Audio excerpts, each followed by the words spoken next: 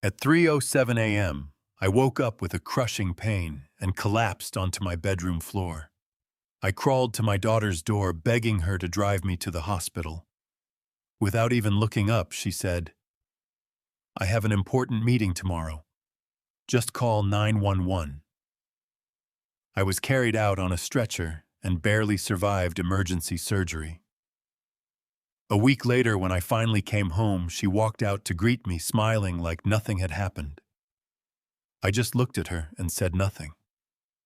Because what she didn't know was that I had already started watching long before she thought to look. Before we begin, if you're watching Dad Family Revenge, thank you for being here. Drop a comment and tell me, where in the world are you joining us from? Your city, your country, I read every single one.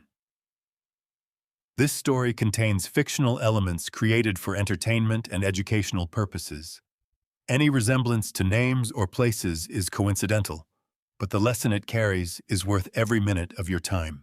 The clock on my bedroom wall read 3:07 in the morning when the pain hit me, not the dull ache I had learned to ignore after 40 years of hunching over watchmakers' benches. This was something else entirely, a violent twisting force that started deep in my abdomen and tore outward like a blade dragging through muscle. I gasped and grabbed the edge of my nightstand, and then my legs simply stopped working. The floor came up fast. My hip struck the hardwood, and the impact rattled through my entire body. I lay there for a moment, breathing in short, desperate pulls, staring up at the ceiling, where the shadows moved with the wind outside. The clock kept ticking. Tick, tick, tick. 40 years I had spent listening to the heartbeat of clocks, learning what each sound meant, whether a mechanism was healthy or failing. Now, flat on my bedroom floor at 3 in the morning, I understood with terrible clarity that the failing mechanism was me. I pressed one hand against the floor and tried to push myself up. The pain exploded through my midsection with such force that I cried out, a raw, undignified sound that I had never heard come from my own throat before. My arms gave out. I went back down. Emily, I thought. Emily is right down the hall. I dragged myself forward. The carpet burned against my elbows. Each movement sent a fresh wave of agony radiating through my torso, and by the time I reached the hallway, my shirt was soaked through with sweat, and my hands were shaking so badly I could barely hold myself up. I reached Emily's door and knocked, then knocked harder. "Emily!" My voice came out thin and cracked. "Emily, I need help." A pause. Then the sound of movement, the creak of bed springs' footsteps crossing the floor. The door opened 3 inches. My daughter stood in the gap, her hair loose around her shoulders, her expression carrying the particular irritation of someone whose sleep had been interrupted by something they considered unnecessary. She looked down at me at her 65-year-old father, collapsed against the wall outside her door, soaked in sweat, one hand pressed to his abdomen, and she sighed. "Dad." Her voice was flat. "What is it?" "Something is wrong." I pressed harder against my stomach. "I think something is seriously wrong. I need you to drive me to the hospital." Emily rubbed her eyes with the back of her hand. "I have an early meeting tomorrow morning. A really important one. You know how long I've been preparing for this account." She leaned slightly against the doorframe. "Just call 911. They'll come faster than I could drive you anyway." The pain surged again, and I pressed my forehead against the cool wall. "Emily, please." "Dad." There was an edge in her voice now, something harder underneath the exhaustion. "Call 911.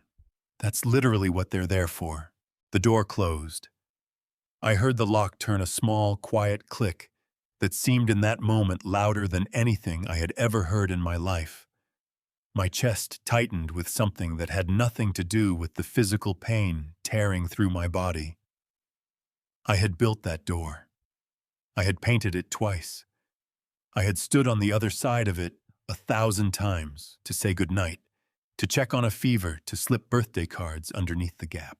I pressed my back against the wall and breathed. Then I began to move again back down the hallway, back toward my bedroom, toward the phone on my nightstand. Every foot of distance felt like a mile. Halfway there, another contraction of pain hit so hard that my vision went white at the edges, and I had to stop and press my face against the carpet until it passed. When I finally reached the phone, my fingers were trembling so violently that I misdialed twice before I got it right. 911, what is your emergency? I need an ambulance, I managed. I think something has ruptured. The pain is... My voice broke. Please. I'm at 412 Birchwood Lane, Millbrook. Please hurry. Sir, help is on the way. Can you stay on the line with me? Yes, I said. Yes, I can do that. I lay back on the floor of my bedroom and stared up at the clock on the wall. The second hand moved in its steady, indifferent circle. Tick, tick, tick. Somewhere down the hall behind a locked door, my daughter had gone back to bed. The 911 dispatcher kept me talking. Her name was Christine, and she had one of those voices that was professionally calm, in a way that made you feel against all logic that everything might still be okay. She asked me to describe the pain. She asked whether I had any known heart conditions. She asked me to unlock the front door if I was able so the paramedics could get inside without delay. Can you walk to the front door, sir? I'm not sure. Another wave of pain rolled through my abdomen, and I pressed the phone hard against my ear and breathed through my teeth until it passed. I'll try. It took me 4 minutes to crawl from my bedroom to the front door. I know because Christine counted with me, her voice steady in my ear, the entire time telling me I was doing fine, telling me help was close. When I finally reached the door and turned the deadbolt, the cold November air rushed in and hit my face like a glass of water, and for a moment the shock of it was almost a relief. I heard her before I saw her. Walter! The voice came from across the street, urgent, breathless, closer than I expected.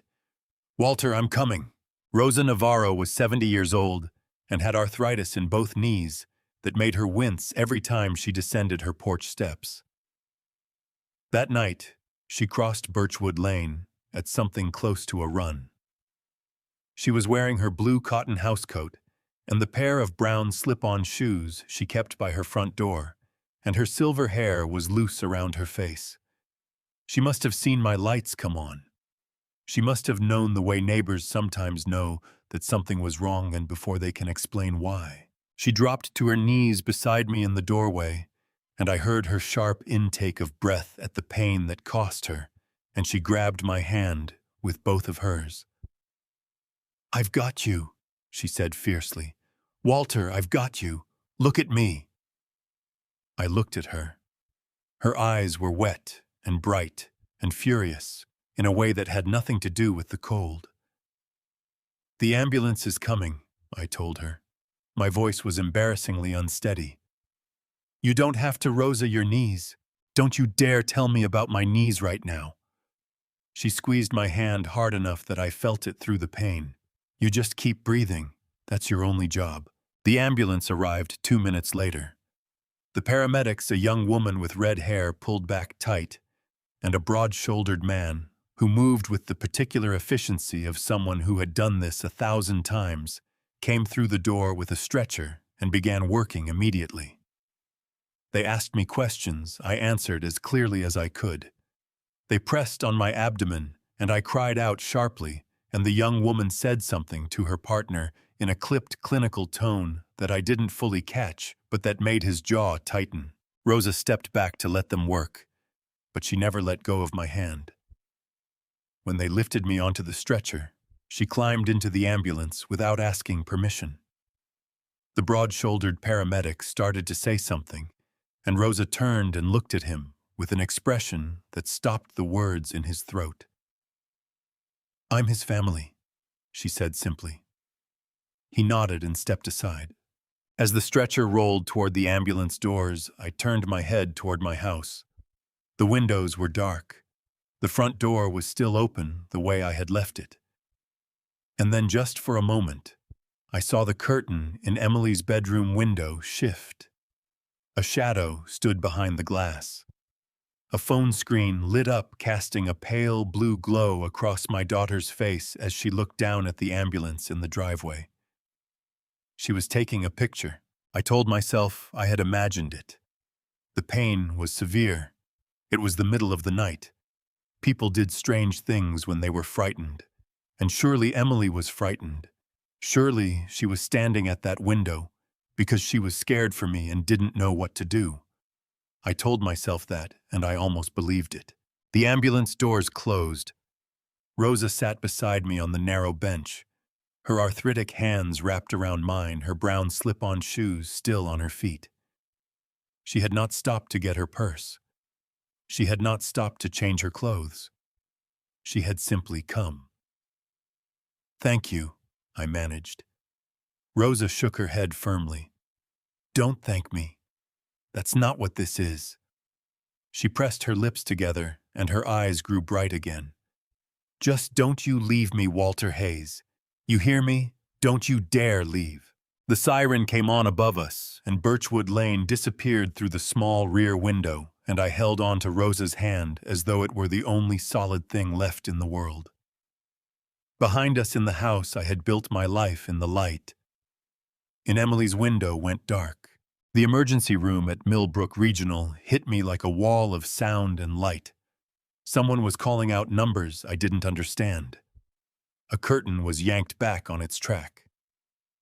Two nurses appeared on either side of the stretcher and began cutting away my shirt with a pair of blunt-nosed scissors, and I remember thinking absurdly that it was my favorite flannel, the green one Margaret had given me the Christmas before she passed. Then Dr. Patricia Owens leaned over me, and everything else fell away. She was somewhere in her late 40s with sharp brown eyes and the kind of focused expression that left no room for reassurance or small talk. She pressed two fingers firmly into my abdomen, watched my face when I gasped, and straightened up immediately. "Abdominal aortic aneurysm," she said to the nurse beside her. Crisp, certain, no hesitation. "It's ruptured. We need to move him to the OR right now." She looked down at me directly. "Mr. Hayes, I'm Dr. Owens. Your aorta, the main blood vessel running through your abdomen, has torn. If we don't repair it surgically in the next few minutes, you will not survive. Do you understand what I'm telling you?" The words landed in my chest like stones dropping into still water. "Yes," I said. "I understand." "Good." She was already moving, already signaling to someone across the room. "We're going to take good care of you." I grabbed her wrist. She stopped and looked down at my hand, then back at my face, and she didn't pull away. "My neighbor came with me," I said. "Rosa. She came alone and she doesn't know anyone here. Will someone please make sure she's not just left sitting by herself in the waiting room?" Something shifted in Dr. Owens's expression. Not softness exactly, but recognition. "I'll make sure of it," she said. "You have my word." They took me through a set of double doors, and the ceiling lights above me became a long, unbroken stripe of white as the stretcher moved down the corridor. I stared up at that stripe, and I thought about Margaret, my wife, not the lawyer, and the way she used to rest her hand on my chest when she slept as though she wanted to feel my heartbeat even in her dreams. I thought about the pocket watch she had given me on our 20th anniversary, a restored 1887 Waltham with a gold case and an inscription on the inside cover that read, "Every second with you." I kept it in the safe. I had looked at it just yesterday morning. Let it still be there when I get home, I thought. Please, just let it still be there. The OR was cold and blindingly bright. Someone placed a mask over my face and told me to count backward from 10. I got to 7. In the waiting room outside the surgical suite, Rosa Navarro sat in a plastic chair with her arthritic hands folded in her lap and her brown slip-on shoes still on her feet. A nurse named Debbie approached her with a clipboard. "Are you here for Walter Hayes?" "Yes." Rosa's voice was steady, but her hands tightened against each other. "I'm his family." Debbie set the clipboard down in front of her. "I just need you to fill out the admission paperwork, confirm his name, date of birth, address." Standard procedure. Rosa took the pen with fingers that trembled slightly, not from fear, but from the arthritis that had been eating at her joints for 15 years. She filled in every line she knew. Name, address, date of birth. She left the insurance fields for the hospital to verify and handed the clipboard back. "How long will the surgery take?" she asked. Debbie hesitated in the way that hospital staff hesitate when the honest answer is not a comforting one. "These procedures can take anywhere from 4 to 8 hours, she said carefully. "The surgical team is very experienced. Dr. Owens is one of the best vascular surgeons in the state." Rosa nodded. "All right," she said. "Then I'll be here." She sat in that plastic chair for 6 hours and 14 minutes. She did not eat. She did not sleep, though her head drooped twice before she snapped it back up. At some point, a volunteer brought her a cup of coffee, and she wrapped both hands around it for the warmth.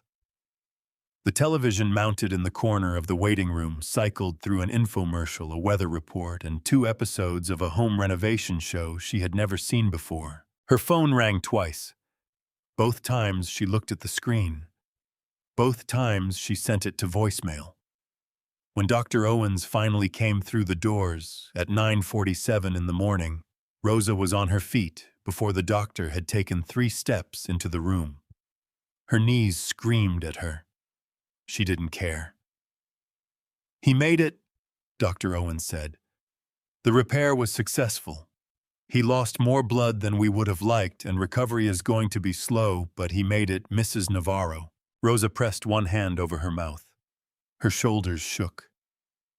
The tears came fast and hot, and she didn't try to stop them. She stood in the middle of that waiting room in her housecoat and her slip-on shoes, and she cried the way people cry when they have been holding something unbearable for hours, and someone finally gives them permission to put it down.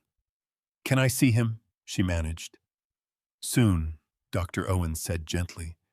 "Give us a little time to get him settled." Rosa sat back down. She wiped her face with the sleeve of her housecoat. She folded her hands in her lap again. She waited. The first thing I saw when I opened my eyes was the ceiling. White acoustic tiles, a fluorescent light humming softly above me. An IV line running from the back of my hand to a bag of clear fluid hanging on a steel pole. My mouth tasted like copper and something chemical, and when I tried to shift my weight, a bolt of pain shot across my abdomen that made me suck air through my teeth so hard that Rosa jolted awake in the chair beside me. "Hey." She grabbed my hand immediately, her arthritic fingers wrapping tight around mine. Hey, you're okay. You're at Millbrook Regional. The surgery went fine, Walter. Dr. Owens said the repair was clean." Her voice cracked on the last word, and she pressed her lips together hard, fighting something back. "You scared me half to death, you stubborn man." "I'm sorry," I said. My voice came out like gravel dragged across pavement. "Don't apologize to me." Rosa reached up and wiped her eyes roughly with the back of her hand. "Just don't do it again." The days that followed moved slowly, the way time moves when your world has been reduced to a single room. Nurses came and went. Dr. Owens stopped by each morning, checked my chart, asked questions I answered as honestly as I could. Rosa came every day. She would arrive mid-morning and stay until visiting hours ended, bringing crossword puzzles she never finished, and sandwiches from the deli on Carpenter Street that I could only manage a few bites of. On the 3rd day, a nurse named Patrice asked me gently whether there was anyone else she should contact. "Family," she said. Anyone who might want to know how I was doing. My daughter, I said. Emily. She knows I'm here. Patrice nodded and wrote something on her clipboard, and I told myself that Emily was simply overwhelmed, that she was processing things in her own way, that she would walk through that door any day now with her hair pulled back, and that particular worried crease between her brows that she had inherited from her mother. She didn't come on day 3, or day 4. On the 4th afternoon, my phone buzzed on the bedside table. Emily's name lit up the screen, and my heart lifted so sharply that it almost hurt, a painful, involuntary surge of hope that I was not proud of feeling so desperately. I answered before the second ring. Emily. I hated how relieved I sounded, how eager. Dad? A brief pause. How are you feeling? Better than a few days ago. I tried to smile even though she couldn't see it. The doctor says the surgery went well. It's going to be a long recovery, but that's good. Another pause, shorter this time, with an edge of something businesslike underneath it. Listen, Dad. I wanted to ask you something. The safe in your bedroom, do you remember where you keep the key and the house title? It hasn't been transferred yet, right? I just want to make sure everything is in order while while you're not home. The words hit me like a cold wave. I pulled the phone slightly away from my ear and stared at the wall across from my bed. There was a watercolor print of a covered bridge hanging there, something peaceful and generic, the kind of art that exists only in hospital rooms. I stared at that bridge for a long moment, while something inside my chest folded in on itself. Dad, are you still there? I'm here, I said carefully. So the key, do you remember where it is? I'll have to think about it, I said. I'm still pretty tired, Emily. Of course. Get some rest. The warmth in her voice was immediate, smooth, and practiced. I love you, Dad. Take care of yourself. The call ended. I set the phone face down on the bedside table. Rosa was watching me from her chair. She had set down her crossword puzzle, and her dark eyes were reading my face the way someone reads a map, carefully looking for what the terrain is actually telling them.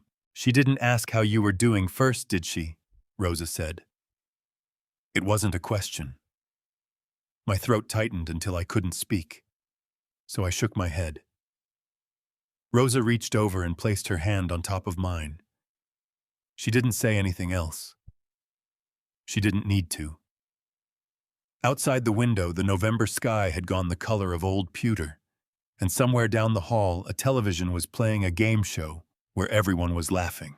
On the 7th day, Rosa brought Daniel. He was my second cousin's grandson, 22 years old, studying computer science at Purdue with the particular energy of young men who have not yet learned to sit still. He shook my hand carefully when he came in, clearly unsure how much pressure was safe, and then pulled a chair up beside Rosa and looked at me with his grandmother's eyes, serious, watchful, taking stock. Rosa said you needed help with something technical, he said. Maybe, I told him. We'll see. Rosa waited until Daniel had settled before she leaned forward in her chair. She had been carrying something all morning. I could see it in the set of her shoulders, in the way she kept starting sentences and stopping them. Now she pressed her hands flat against her knees and looked at me directly. Walter, there's something I need to show you, she said. I've been trying to find the right time, and I don't think there is a right time, so I'm just going to say it. Go ahead. The night the ambulance came. Rosa's voice was steady, but her jaw was tight. When they were carrying you out on the stretcher, I looked up at Emily's window. The curtain moved. She was standing there, Walter. She was standing there with her phone up. Rosa paused. She was taking a picture of the ambulance. The heart monitor beside my bed registered the change before I could hide it, a small, sudden spike that the machine noted with a soft beep. I pressed my hand flat against the blanket and breathed. "She could have been calling someone," I said. "She could have been trying to reach me or Walter." Rosa said my name quietly but firmly, the way she used to call her own children in from the yard when it was time to stop playing and come inside. "Look at this." She handed me her phone. On the screen was Emily's Facebook page. At the top of the feed was a post from the night of my surgery, a photograph of the ambulance in my driveway, its red and white lights painting the street in long stripes of color. Beneath it, Emily had written, "The most terrifying night of my life. Please pray for my dad. I don't know what I would do without him." The comments numbered in the hundreds. "You're such a devoted daughter. Praying for your family, Emily. Your dad is so lucky to have you." My stomach turned over slowly. "Daniel," I said, "Emily is coming to visit this afternoon. When she gets here, I need you to ask to see some photos on her phone. Tell her you heard there was an ambulance and you want to see what happened. Can you do that?" Daniel glanced at Rosa. She nodded once. "Yeah," he said. "I can do that." Emily arrived at 2 o'clock, carrying a get-well balloon that bobbed cheerfully against the ceiling and a box of the sugar cookies from the bakery on Millbrook Square that I had always loved. She hugged me carefully, asked how I was sleeping, told me I looked better than she had expected. She was warm and bright and attentive in the way that she always was in front of other people, and if I had not known what I knew, I might have felt guilty for doubting her. Daniel asked to see her phone 20 minutes into the visit, casual and easy, the way young people hand their devices back and forth without thinking. Emily unlocked it and passed it over. Daniel scrolled with the particular patience of someone who knows exactly what he is looking for. Then he stopped. His expression didn't change, I had to give him credit for that. But his eyes flicked to mine for just a fraction of a second. He handed the phone back to Emily with a smile and a thank you. She tucked it into her bag and went back to telling me about a new restaurant that had opened downtown. After she left, Daniel leaned forward with his elbows on his knees. "The draft was still saved," he said quietly. "She wrote that post at 2:47 in the morning. The timestamp is right there in the draft folder." He looked at me steadily. "You called 911 at 3:12, right?" "Yes," I said. "So she wrote it 25 minutes before she even knew you needed help." Daniel's voice was careful and precise, the way young people get when they are trying very hard not to show how disturbed they are. She had the caption ready. She had the photo ready. She was just waiting. The cookie box was still sitting on my bedside table. Sugar cookies from the bakery on Millbrook Square, my favorite since I was 40 years old. I looked at that box for a long moment, and my eyes burned so badly that I had to press my thumb and forefinger against the bridge of my nose and breathe through my mouth until the feeling passed. "Rosa," I finally said, "I need you to write down everything you remember about that night. Every detail." I already did.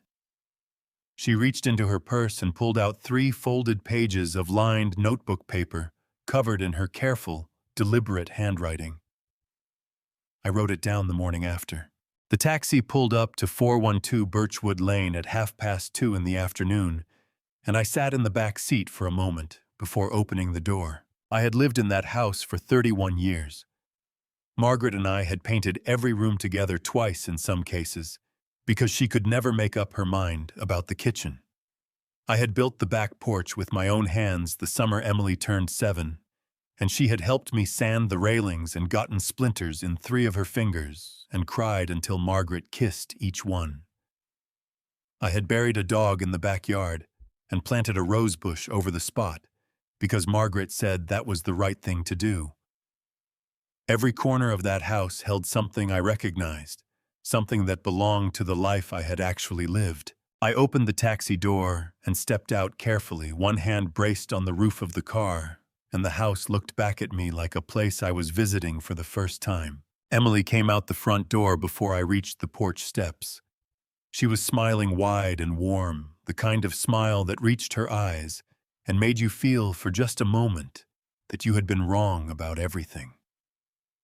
She put her arm around my waist to help me up the steps and said, "Welcome home, Dad.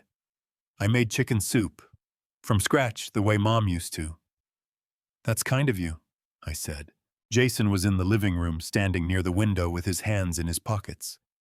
He was a broad-shouldered man with an easy smile that had always reminded me of a car salesman, not dishonest exactly, just perpetually in the middle of closing a deal. He clapped me lightly on the shoulder and said, "Good to have you back, Walter. You had us scared." "Did I?" I said. I made my way to the bedroom slowly. I told them I needed to lie down, that the ride had tired me out, which was true enough. And then I stood in the doorway of my bedroom and looked at the room that had been mine for 31 years. The dresser drawers were not quite closed. The second one from the top had a corner of fabric caught in it, one of my undershirts trapped when the drawer was shut in a hurry. The stack of folders on my desk had been replaced, but not in the order I kept them. I had spent 40 years organizing things with the precision of a man who understood that a misplaced part could stop a clock entirely. I noticed the difference immediately. I crossed to the safe in the closet. It was closed and locked exactly as it should be, but the dial was set to a different number than the one I always left it on. And the space on the shelf where my wife's pocket watch had lived for 6 years, where I had set it every evening and picked it up every morning and wound it and listened to it tick and thought about her, that space was empty. I stood there with my hand resting on the empty shelf, and the pain that moved through me had nothing to do with the surgical incision across my abdomen. It went somewhere deeper than that. It went somewhere that no amount of time on an operating table could reach. I walked back to the kitchen where Emily was stirring soup at the stove. "Emily," I said, "Margaret's watch, the pocket watch, it's not in the safe." She turned around with the wooden spoon still in her hand, and her expression arranged itself into something concerned and slightly sheepish. "Oh, Dad, I should have told you we were worried about burglars while you were in the hospital. You know how the Hendersons got broken into last spring? We moved some of your things to keep them safe." Jason appeared in the kitchen doorway nodding. "Just being cautious," he said. "Everything's fine. We'll get it all back in order." "Of course," I said. "That makes sense. Where did you put it?" "The watch especially, I'd like to know it's somewhere safe." Emily didn't miss a beat. "In one of the storage boxes in the garage," she said. "All labeled. We can go through it together whenever you feel up to it." "Of course," I said again. I smiled at them both. Then I said I was tired and went to lie down. I did not sleep. I lay on top of the covers with my shoes still on and stared at the ceiling and waited until I heard the television come on in the living room and the sound of Jason's voice on the phone, low and unhurried, the voice of a man who believed everything was going according to plan. Then I got up, quietly opened my laptop on the desk, and navigated to the cloud storage account linked to the doorbell camera I had installed 18 months ago after the Henderson break-in. The footage was organized by date. I found the folder for the night I had been taken to the hospital. I moved the cursor over the first file. My hand was trembling so badly that I had to use my left hand to steady my right before I could click play. The timestamp on the first clip read 3:22 a.m. The footage was grainy in the way that doorbell cameras always are. At night, high contrast slightly washed out, the colors flattened into shades of gray and pale yellow. But it was clear enough to see Emily come through the front door with a key, clear enough to see Jason behind her, pulling on a pair of latex gloves the way you see people do in hospitals, except we were not in a hospital, and there was no medical reason for gloves at 3:20 in the morning. They moved with a purpose that made my stomach clench. Not frantic, not hurried, purposeful. The way people move when they have planned something and are now simply executing it. Emily went straight to the bedroom hallway, without pausing in the living room, without looking around, without the slightest hesitation of someone entering a space they did not know well. She knew exactly where she was going. I watched the timestamp in the corner of the screen. 3:22, 3:31, 3:48, 4:09, 4:27. They were inside my bedroom for over an hour. I closed the laptop. For a long moment I sat at my desk with both hands pressed flat against the surface, breathing carefully through my nose the way Dr. Owens had told me to breathe when the pain got bad. The pain right now had nothing to do with my abdomen. I stood up to pace, and my eye caught something I had not noticed when I came in earlier. The old iPad, the one I had replaced 2 years ago and left on the shelf above the desk, because I could never quite bring myself to throw away something that still technically worked, had been moved. It was now plugged into the charger cable that usually served my phone, sitting upright against the wall, as though someone had knocked it over and stood it back up without thinking. I picked it up. The screen was dark. I pressed the home button, expecting nothing. The Apple logo appeared. Then the lock screen. I entered the 6-digit code my wife had set up for me years ago, our anniversary, a date I would never forget, and the screen unlocked. And then the notifications started coming. They arrived in a cascade, one after another, the way water comes through a dam when the dam finally gives way. Message after message after message, all of them from an iMessage thread between Emily and Jason. All of them loading in sequence from oldest to newest, weeks and months of conversation that the iPad had never received because it had been sitting powered off on a shelf. I sat down on the edge of the bed and read. Most of it was ordinary complaints about traffic questions, about dinner, the small frictionless communication of two people who lived together. But then the thread shifted. Somewhere around 3 months before my surgery, the tone changed. Dad's been talking about updating the will Emily had written. We need to move faster. Jason. How much is the house worth now with the market the way it is? Emily, at least 380, maybe more. The Hendersons got 410 last spring. Jason Frank wants his money by the end of the quarter. We're out of time. Emily, I know. But we have to be careful. He can't suspect anything. I kept reading. My hands had gone very still, not the trembling of before, but a different stillness, the kind that comes when your body understands something your mind is still trying to catch up to. Jason. After the surgery, he'll be too weak to question anything. We can get him to sign whatever we need. Emily. He trusts me completely. He won't suspect a thing. And then 7 messages later, the one that made me set the iPad down on the bed beside me and press both hands over my face and sit there in the dark of my own bedroom while the clock on the wall kept its steady, indifferent count. Jason, if he doesn't make it through the surgery, everything becomes so much simpler. Emily's response had come 4 minutes later. I know she had written. Either way, we'll be fine. I do not know how long I sat there. The clock said 11:43 when I finally lowered my hands and looked at the room around me. The same room I had slept in for 31 years. The same walls, the same curtains, the same photographs on the dresser, my wife on our wedding day. Emily at her college graduation, the 3 of us at Yellowstone the summer before she got sick. I picked up the iPad again. I went back to the beginning of the changed messages, and I read every single one of them twice carefully, the way I used to read the technical manuals for the complicated movements, the ones where a single misread instruction could damage something irreplaceable. Then I set it down, went to the kitchen, and made myself a cup of coffee. I stood at the counter and drank it slowly, while the house settled around me with its familiar nighttime sounds. Down the hall, I could hear the low murmur of Jason's television through the closed door. I rinsed my cup. I dried it. I put it back in the cabinet. Then I went to my desk, opened my address book, and found the number for Margaret Sullivan. I had met Margaret Sullivan exactly once at a dinner party hosted by my friend Gerald 3 years ago.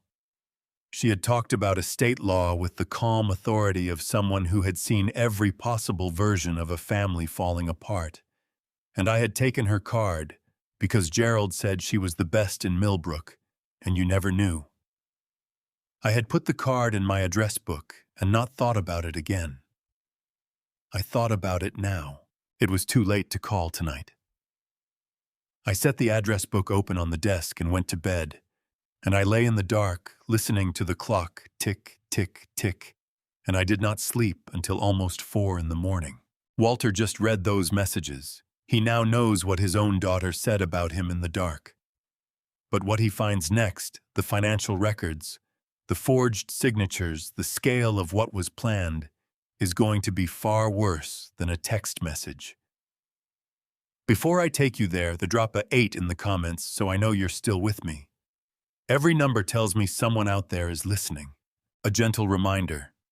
This story contains some fictional elements built for storytelling and educational purposes. If this type of content isn't for you, it's completely okay to step away, no hard feelings at all. Margaret Sullivan's office was on the 2nd floor of a narrow brick building on Callaway Street, above a dry cleaner that had been there since the 1980s and showed no signs of going anywhere. The staircase was steep, and my abdomen reminded me of that fact with every step. But I made it to the top and pushed open the frosted glass door, and a small bell announced my arrival. The office was nothing like what I had expected from a woman Gerald described as the best estate attorney in Millbrook. No imposing mahogany furniture. No walls of leather-bound law books arranged to intimidate. Just 2 windows overlooking Callaway Street, a desk covered in organized stacks of folders, family photographs on the windowsill, and a small ceramic pot of coffee on a side table that smelled like it had been brewed within the last 20 minutes. Margaret Sullivan stood up when I came in. She was 57 with silver-streaked hair cut to her jaw and reading glasses pushed up on her head like a headband. She shook my hand firmly, not the careful handshake people give you when they know you've just had surgery, but a real one, and gestured to the chair across from her desk. "Mr. Hayes," she said, "Gerald speaks very highly of you. Sit down, please. You look like those stairs cost you something." "They did," I admitted. I put everything on her desk. The iPad, my laptop with the camera footage queued up, a folder containing the bank statements I had pulled that morning, the address book entry I had made for every suspicious thing I had noticed over the past several months. Margaret looked at the pile without touching it, then looked at me. "Start from the beginning," she said. "Take as long as you need." I talked for 40 minutes. She did not interrupt once. She made notes in a small leather notebook with a pen she kept clicking open and closed, and her expression did not change in any dramatic way, no sharp intake of breath, no widening eyes, but the clicking of her pen slowed down and eventually stopped altogether somewhere around the time I told her about the message that said, "If he doesn't make it, everything becomes so much simpler." When I finished, she was quiet for a moment. Then she opened the laptop and watched 30 seconds of the camera footage. She read 3 of the messages on the iPad. She set both down and folded her hands on the desk. "Walter," she said, "I need to tell you something, and I need you to hear it clearly." She leaned forward slightly. "This is not just a family matter. What you're describing, the forged signatures, the fraudulent accounts using your identity without your consent, these are federal crimes. Identity theft, financial fraud. And if Jason has been running money through accounts in your name, we may be looking at money laundering charges as well." My chest felt tight. How did they think they would get away with it? Because they had a plan. Margaret picked up her pen again. Jason needed someone to take the legal responsibility if the financial scheme unraveled. You were that person, Walter. If investigators had found those accounts before you did, your name is on them. Your signature forged, but on the documents. You would have been the one answering questions. She paused. They needed you alive enough to sign things, and they needed you vulnerable enough not to ask questions. The room felt smaller than it had when I walked in. Frank Doyle, I said. That's the name in the messages. Jason owes him money. Margaret wrote the name down. How much? From what I could piece together, somewhere around $340,000. She wrote that down too, without blinking. All right, she said. Here is what we're going to do. She set her pen flat on the notebook and looked at me steadily. You are going to go home, and you are going to behave exactly as you have been behaving. Friendly, tired, recovering. You will not confront Emily or Jason. You will not move any money or any documents. You will not give them any reason to believe that anything has changed. She held my gaze. Can you do that? I thought about 40 years of watchmaking. About the patience required to work on a movement so delicate that a single breath at the wrong moment could send a component spinning across the workbench and into the carpet, never to be found again.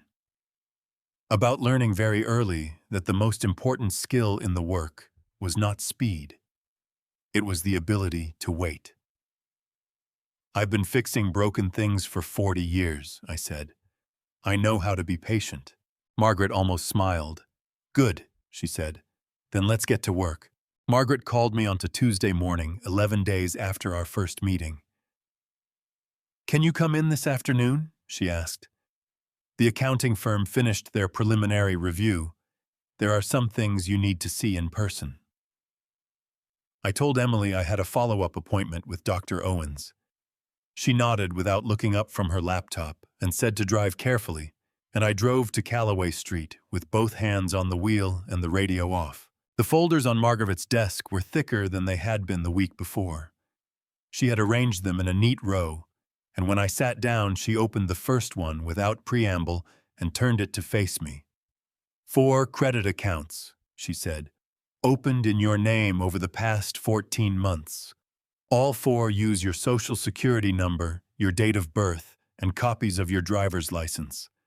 The signatures on the original applications, she slid a page across the desk toward me, are not yours. I picked up the page and looked at the signature line. The name was mine. The handwriting was close, careful, studied the way a person writes when they have been practicing. But I had spent 4 decades examining the fine details of mechanical movements under magnification, and I could see the difference the way a musician hears a note that is almost but not quite in tune. The pressure was wrong. The angle of the W was wrong. The loop on the Y in Hayes was too open. He practiced, I said. Extensively, Margaret agreed. The total credit extended across all 4 accounts is $480,000. Your house was used as collateral on 3 of them. She let that number settle before she continued. If these accounts had gone to collections before you discovered any of this, the creditors would have come after the house. You could have lost it. My jaw tightened. And the other accounts? She opened the second folder. 2 investment accounts also in your name opened using a scanned copy of your passport. These are more serious, Walter. She folded her hands on the desk. The transaction history on both accounts shows a pattern of deposits and withdrawals that is consistent with what federal investigators call structuring moving money in amounts designed to avoid triggering automatic bank reporting requirements. Deposits under $10,000 moved quickly through multiple accounts before being withdrawn. Money laundering, I said. That is what it looks like, yes.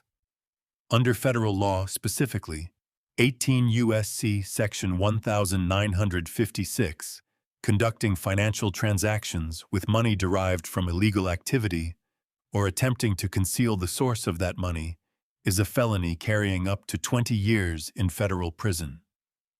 She paused. These accounts appear to be connected to Frank Doyle's network. Jason was running Doyle's money through accounts that bore your name and your credentials. If federal investigators had found these accounts independently, you would have been their first call. I sat back in the chair. Outside the window, a delivery truck was making its way slowly down Callaway Street, and the ordinary sound of it, the engine, the squeal of brakes, felt surreal against what Margaret was laying out on the desk in front of me. He was going to let me go to prison for him, I said. He was building the infrastructure to make that possible, Margaret said carefully. Whether it would have succeeded is another question. But yes, that appears to have been the intent. I looked down at the forged signature again.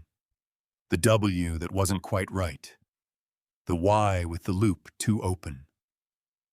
40 years of working with my hands had given me eyes that noticed what most people walked past without seeing. I wondered if Jason had known that about me. I wondered if it had ever occurred to him that the man he was trying to frame might be exactly the kind of man who could read the evidence against him like a clock movement, part by part in sequence, until the whole mechanism was clear. What happens now? I asked. Margaret reached for her phone. Now we call Detective Carl Briggs, she said. He handles financial crimes for Millbrook PD, and he has a working relationship with the FBI field office in Indianapolis. This has gone beyond what I can handle with paperwork alone. She looked at me over the rim of her reading glasses. Walter, I want to prepare you for something. Once law enforcement is involved, this moves on their timeline, not ours. It may feel slow.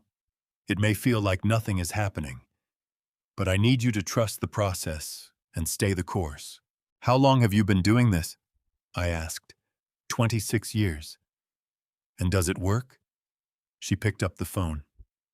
It works, she said, when the evidence is this good.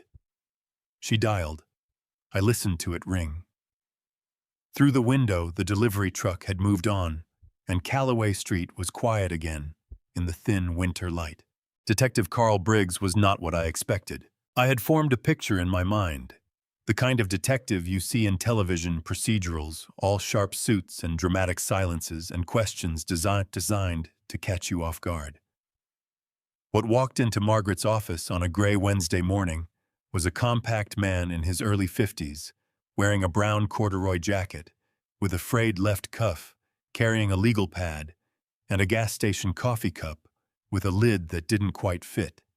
He had the unhurried manner of someone who had been doing difficult work for a long time and had stopped needing to perform urgency in order to feel it.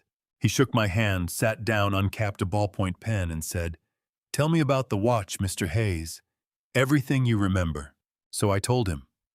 The 1887 Waltham pocket watch with the gold case. The inscription on the inside cover. Every second with you that my wife had chosen herself because she said it was the truest thing she could think of. The way I had wound it every morning for 6 years since she passed, not because it needed winding every day, but because the ritual of it made her feel less gone. The serial number which I knew by heart, the way I knew my own social security number, because some things you simply do not forget.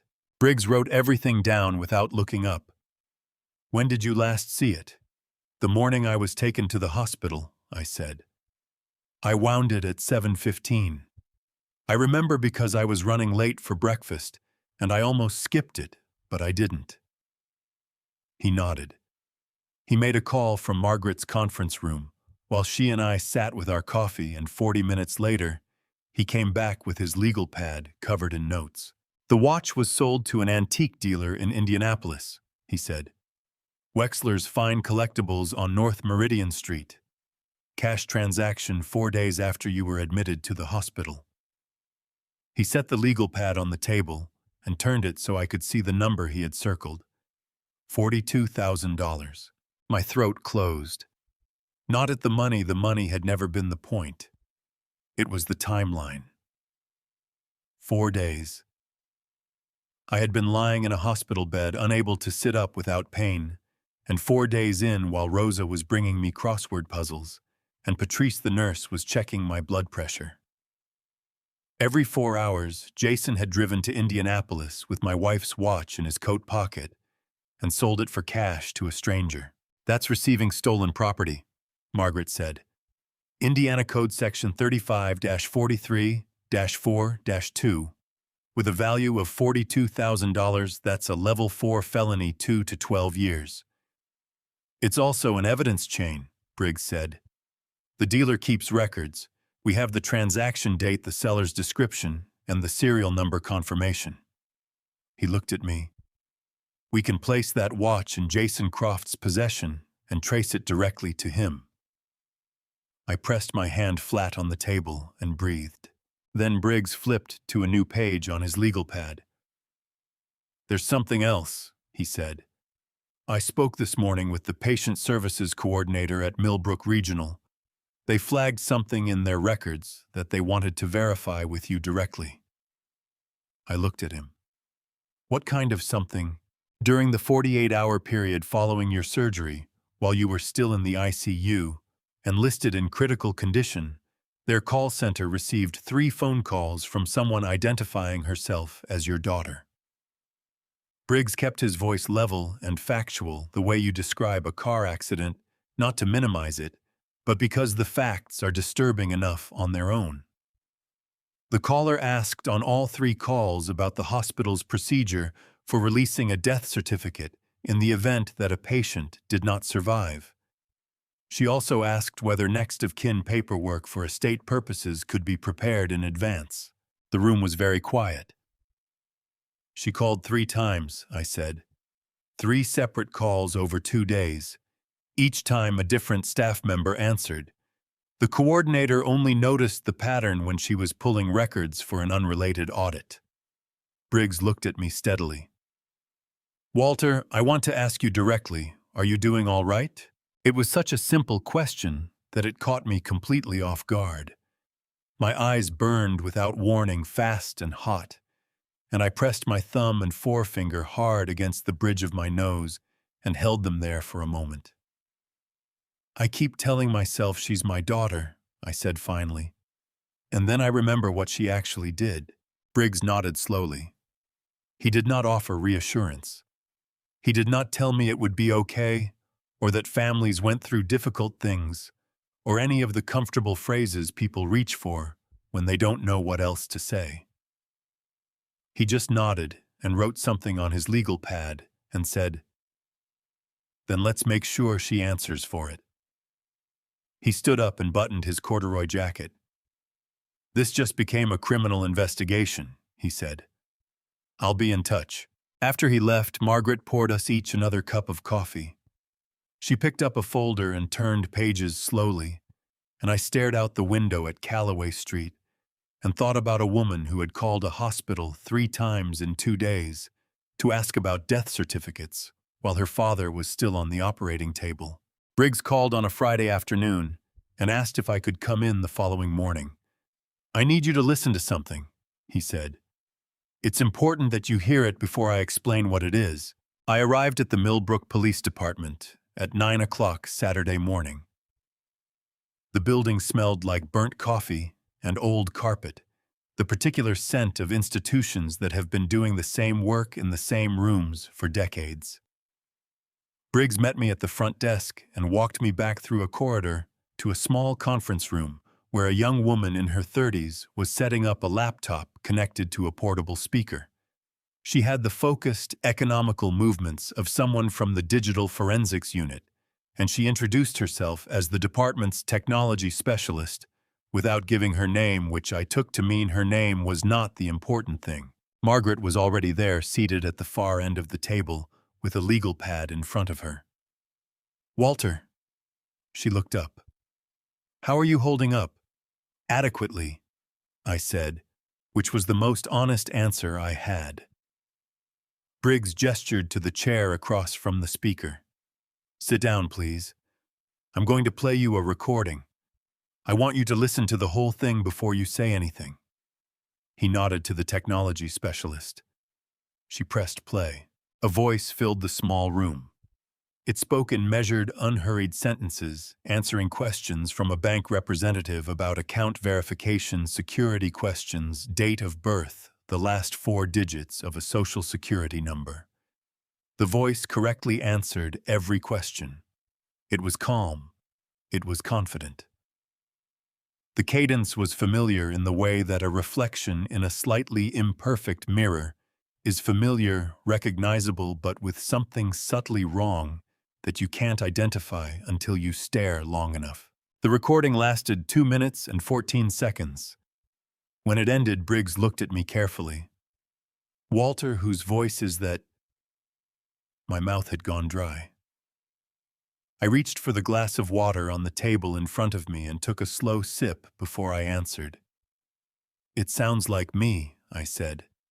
"But I never made that call." Briggs nodded. "No, you didn't." He turned to the technology specialist who pulled up a document on the laptop and turned the screen to face me. "Over the past 8 months, someone made calls to 3 separate financial institutions using a voice that passed their audio verification systems as yours. 2 banks and 1 investment firm. All 3 calls were made during the period when Jason Croft had access to your home and your daily routines." The technology specialist leaned forward. "What we believe happened, Mr. Hayes, is that Mr. Croft recorded your voice over an extended period, normal conversations, television viewing, everyday speech without your knowledge. Indiana is a one-party consent state, which means that recording is not itself illegal when done in a shared living space. However, using that recording to impersonate you for financial gain is a federal crime." She tapped the screen. "The software required to clone a voice from audio samples has become significantly more accessible in recent years. With enough source material and 8 months of daily conversation would provide more than enough, a convincing voice model can be constructed and used to generate new speech." "He used my voice to answer questions I never heard," I said. "Yes." She was matter-of-fact about it, the way technicians are matter-of-fact about things that are devastating in their implications. "The system isn't perfect. If you listen carefully, there's a slight flatness to the vowels, a millisecond delay between words that wouldn't occur in natural speech. But these verification systems are not designed to detect sophisticated audio fraud. They passed it." I sat back in the chair and pressed both hands against my knees to stop them from shaking. Every evening, for 8 months, Jason had sat in my living room. We had watched baseball together. We had argued mildly and without consequence about whether the Pacers had a realistic shot at the playoffs. He had asked me questions about watchmaking, how long it took to learn what the hardest movement to repair was, whether I missed working, and I had answered him openly and at length because I was a retired man living alone who was glad to have someone to talk to. He had been collecting me, syllable by syllable, sentence by sentence, building a version of my voice that he could operate like a tool. "What does this mean legally?" Margaret asked, her pen already moving. "Wire fraud under 18 U.S.C., Section 1343, Briggs said. "Using electronic communications, in this case telephone, to execute a scheme to defraud. That carries up to 20 years in federal prison. We're also looking at violations of the Computer Fraud and Abuse Act for the unauthorized use of technology to access financial accounts." He paused. "Combined with the identity theft and forgery charges we already have, Jason Croft is looking at the kind of sentence that tends to make people reconsider how cooperative they want to be." "And Emily?" I asked. Briggs picked up his pen. "That depends on what we find next." His phone buzzed on the table. He looked at the screen and something shifted in his expression. Not surprise exactly, but the particular alertness of a man who has been waiting for a specific piece of information and has just received it. "Excuse me a moment," he said, and stepped out into the corridor. Margaret and I looked at each other across the table. She raised her eyebrows slightly. I shook my head. I had no idea what the call was about. Through the narrow window set high in the conference room wall, I could see a strip of gray November sky, and I thought about the pocket watch sitting in some display case at Wexler's Fine Collectibles, unwound the inscription on the inside cover, hidden in the dark. Briggs came back in 2 minutes later. He sat down, straightened his legal pad, and looked at me with the expression of a man who has unexpectedly been handed something useful. "Walter," he said, "how much do you know about Frank Doyle?" I did not know Frank Doyle personally. I knew his name from the messages on the iPad, and I knew the number $340,000 that Jason owed him. Beyond that, he had existed in my mind as an abstraction, a pressure point rather than a person. Briggs changed that over the next 20 minutes. "Frank Doyle runs what he calls the Millbrook Investment Collective," Briggs said, settling back in his chair with the ease of a man describing something he had been watching for a long time.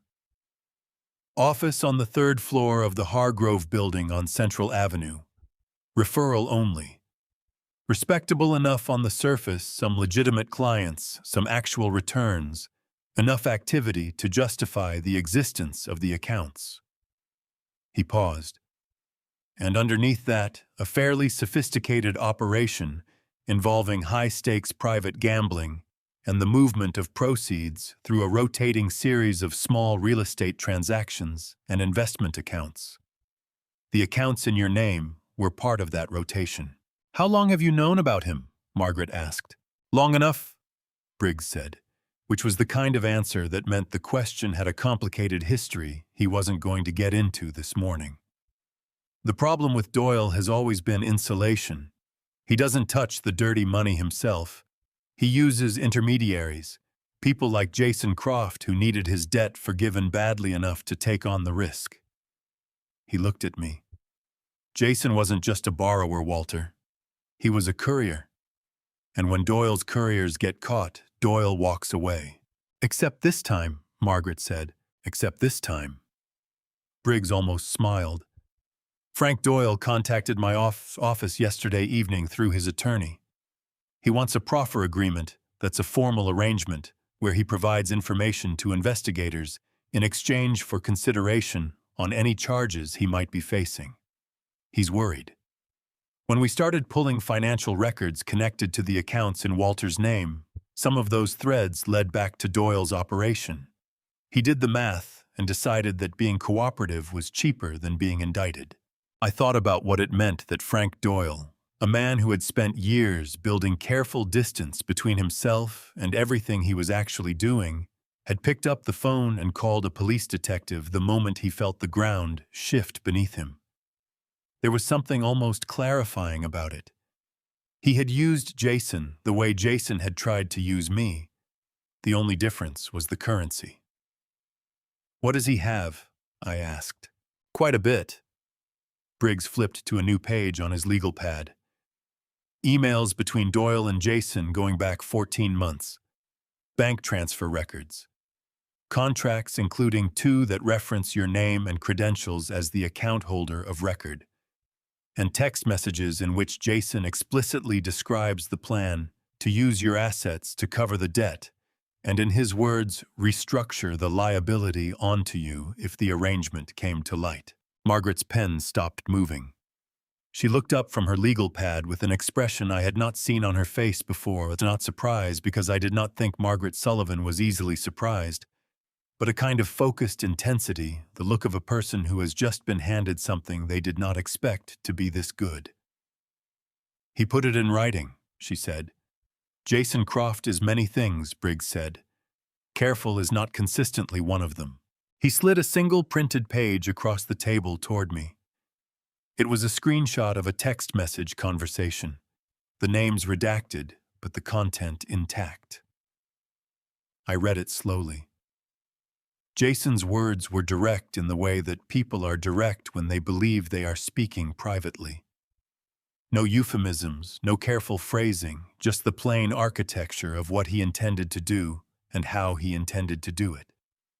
Use the accounts. Transfer the assets. If it unravels, the paper trail points to the old man. The old man. That was what he had called me. My chest tightened with a feeling I recognized from the night I had watched the camera footage, that particular combination of grief and fury that has no clean name, that sits in the body like a stone that is too heavy to lift and too sharp to leave alone. Walter. Margaret's voice was steady and firm, cutting through whatever I was feeling with the precision of someone who understood that I needed an anchor right now more than I needed sympathy. This is good news. I know it doesn't feel like it, but this is exactly what we needed. I put the page down. I straightened it on the table in front of me, aligning the edges carefully, the way I used to align the components of a movement on my workbench. Before I began each piece in its proper place, the whole mechanism visible at once. What happens to Doyle? I asked. That depends on how useful his information turns out to be and how his attorney negotiates the agreement, Briggs said. He won't walk away clean, but he may walk away with a reduced sentence. He picked up his pen. What happens to Jason and Emily is going to depend on what they do next, and on what we find when we talk to a man named Reverend Thomas Gill. I looked up. Thomas Gill from First Methodist on Birchwood. The same. Briggs met my eyes. He called my office this morning. He says he has something relevant to your case. He'd like to speak with you directly.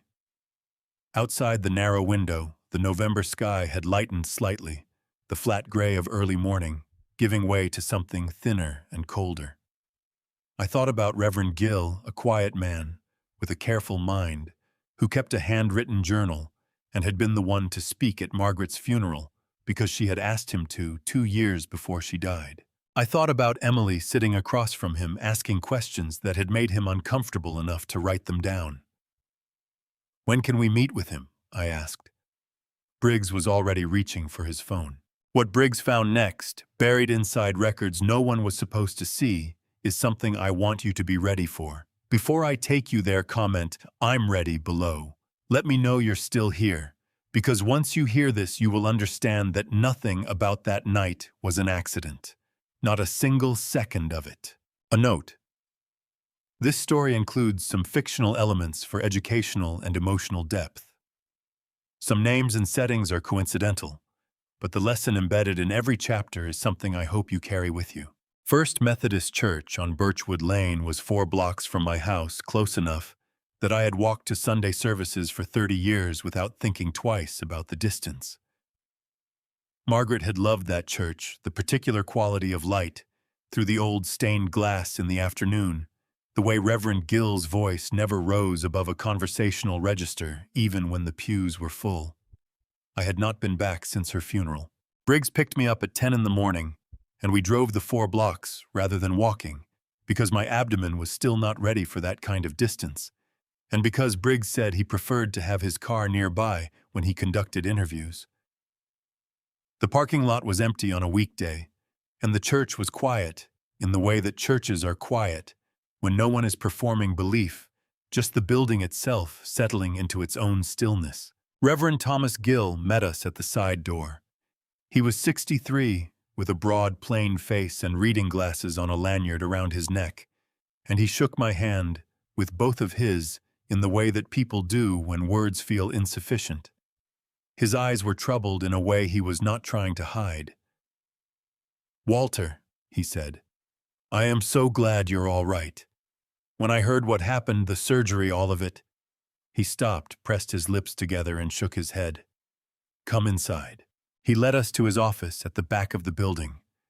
It was a small room lined with bookshelves and smelling of old paper and lemon wood polish, with a window overlooking the garden, where Margaret had helped plant tulip bulbs one October afternoon 6 years ago, laughing at herself for not remembering which end went down.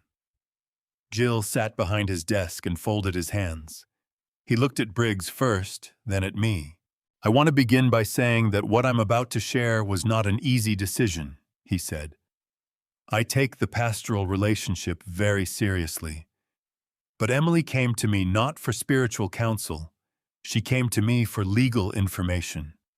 And what she asked me troubled me enough that I wrote it down the same evening. He opened the center drawer of his desk and removed a leather journal, the kind with a cloth ribbon bookmark, and pages that had been written on with a fountain pen, the handwriting careful and deliberate. He opened it to a page near the middle and turned it to face us. 2 months before your surgery, Jill said Emily came to see me.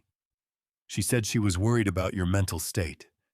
She used the phrase cognitive decline several times, said she had noticed you repeating yourself, getting confused about dates, misplacing things.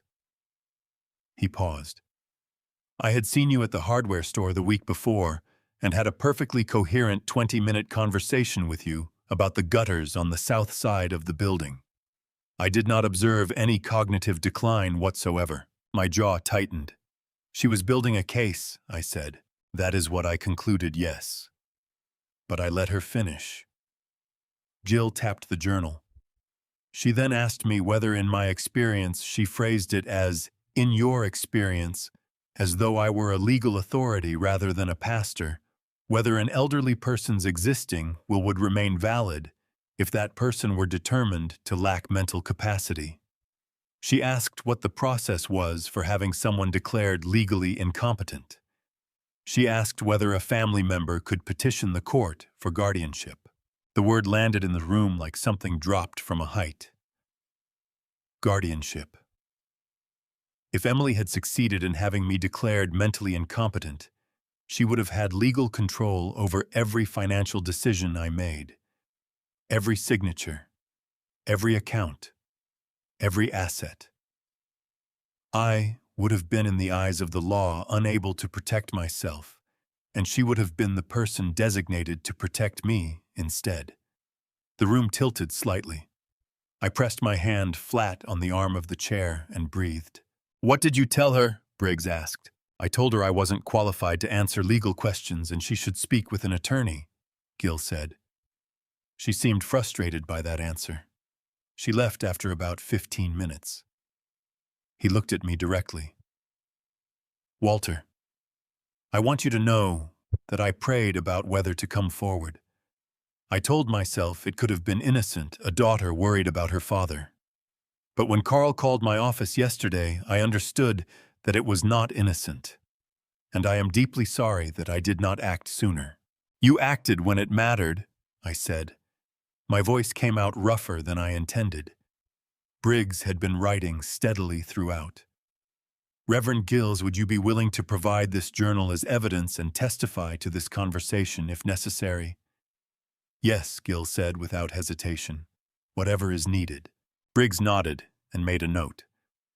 Then he reached into the inside pocket of his corduroy jacket and removed a folded sheet of paper.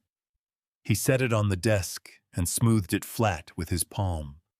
It was a printout of an email. We recovered this from Emily Croft's personal email account, pursuant to a search warrant issued yesterday, Briggs said. It was sent to Jason Croft's personal account 3 months before Walter's surgery. He looked at me. I want you to read it, Walter. Take your time.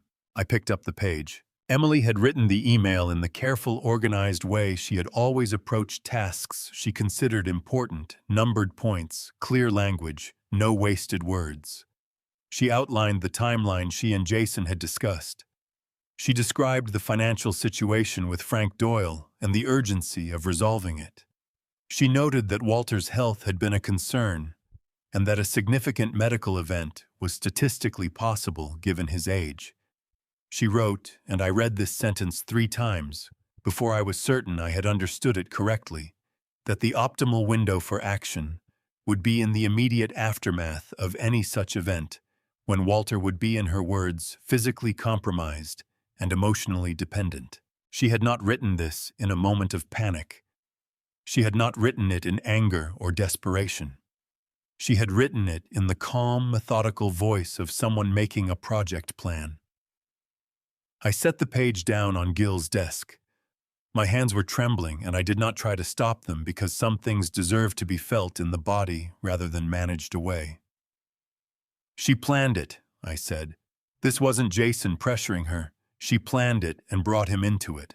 That is what the evidence indicates, Briggs said carefully. I looked up at the window.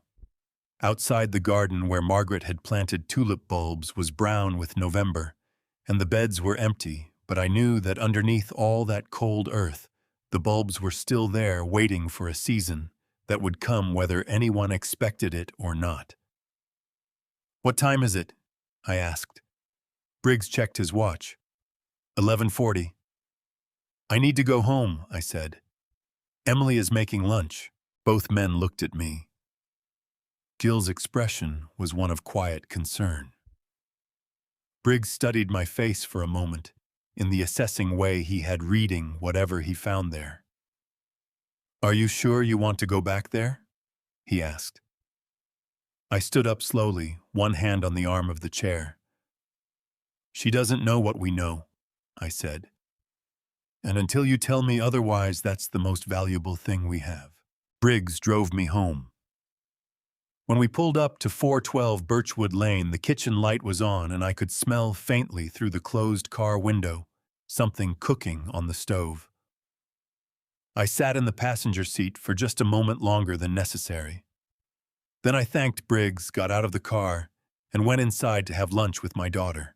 Emily made pot roast. It was my mother's recipe, the one that required 2 hours of low heat and a specific ratio of carrots to potatoes that my mother had never written down, and that Emily had learned by standing in the kitchen, watching her grandmother cook back when Emily was 11 years old, and the world was a different kind of place. The smell of it filled the house the way good smells do in winter, working its way into every room. And when I came through the front door and caught it, I felt something move through my chest, that I did not have a clean name for grief and love and fury all braided together so tightly that I could not have separated one from the others if I had tried. Jason was setting the table. He had his sleeves rolled up and a dish towel over his shoulder, and he looked up when I came in and said, "Perfect timing, Walter, 5 more minutes," in the easy, familiar tone of a man who believed he was managing a situation that was well in hand. "Smells good," I said, and hung up my coat. Emily came out of the kitchen with her cheeks flushed from the stove, and a smile that lit her face the way it always had, open and warm and entirely convincing.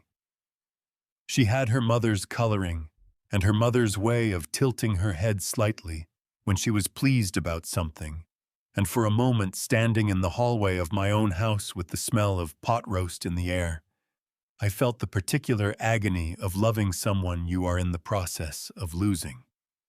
"Sit down, Dad. You look tired." "I am a little tired." I agreed, which was true. We ate at the dining room table, the 3 of us, with the good plates that Margaret had picked out the year we got married, and that Emily had always called unnecessarily fancy.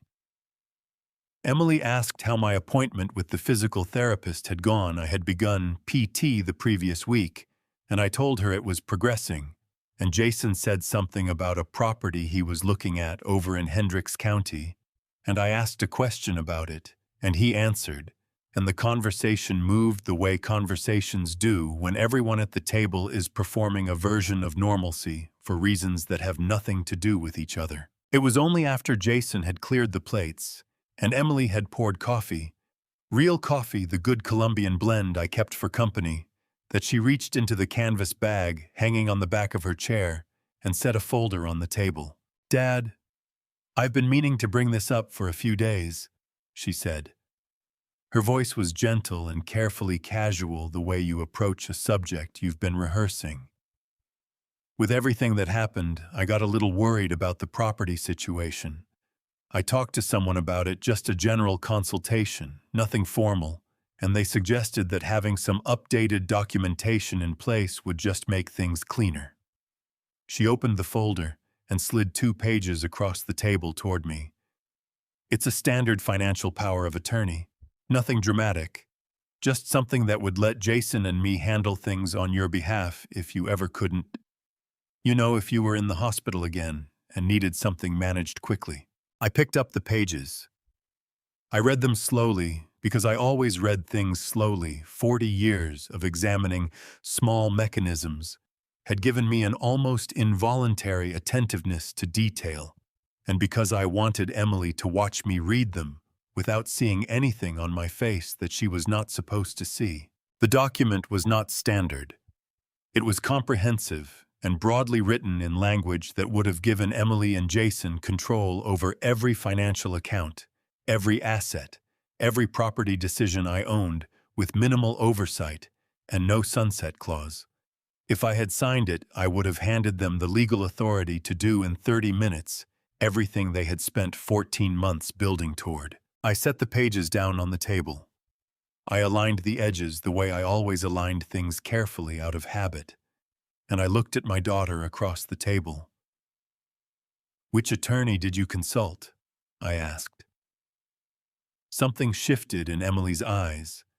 Fast there and gone like a card, turned briefly face up and then returned to the deck. "Just someone Jason found through a referral," she said. "No one you'd know." "I see." I folded my hands on the table. "I'll have Margaret look at it before I sign anything. You know how I am about documents." Emily laughed a light, easy laugh that cost her something I could tell because it came a half-second too late. "Of course, Dad. No rush at all. I just wanted to have it ready." Jason, to his credit, did not react at all. He refilled his coffee and asked whether I had watched the Pacers game the night before, and I said I had caught the second half, and he said something about their defense, and we talked about basketball for 8 minutes while the folder sat on the table between us like a thing none of us were going to mention again tonight.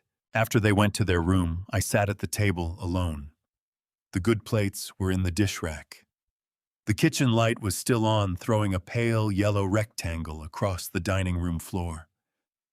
I reached over and picked up the folder. The second document beneath the power of attorney was a refinancing agreement for the house. The loan amount was $220,000. My name was pre-printed on the signature line, and in the box labeled "Purpose of Loan," someone had typed the words "Home Improvement." I took out my phone and photographed both documents. Then I sent them to Margaret with a single line of text. She brought paperwork tonight. 2 documents. See attached. Margaret's response came 11 minutes later. "I see them. Don't sign. Don't react. I'll call Briggs first thing tomorrow." I put my phone in my pocket. I closed the folder and left it exactly where Emily had placed it, open slightly to the right of center on the table, as though I had set it down carelessly and forgotten about it. Then I washed my coffee cup, dried it, put it back in the cabinet, and went to bed. Briggs called me at 9:30 the night before. "We have the warrants," he said. "Both of them. A judge signed off this evening. We'll be at your house tomorrow morning at 7:15. A pause.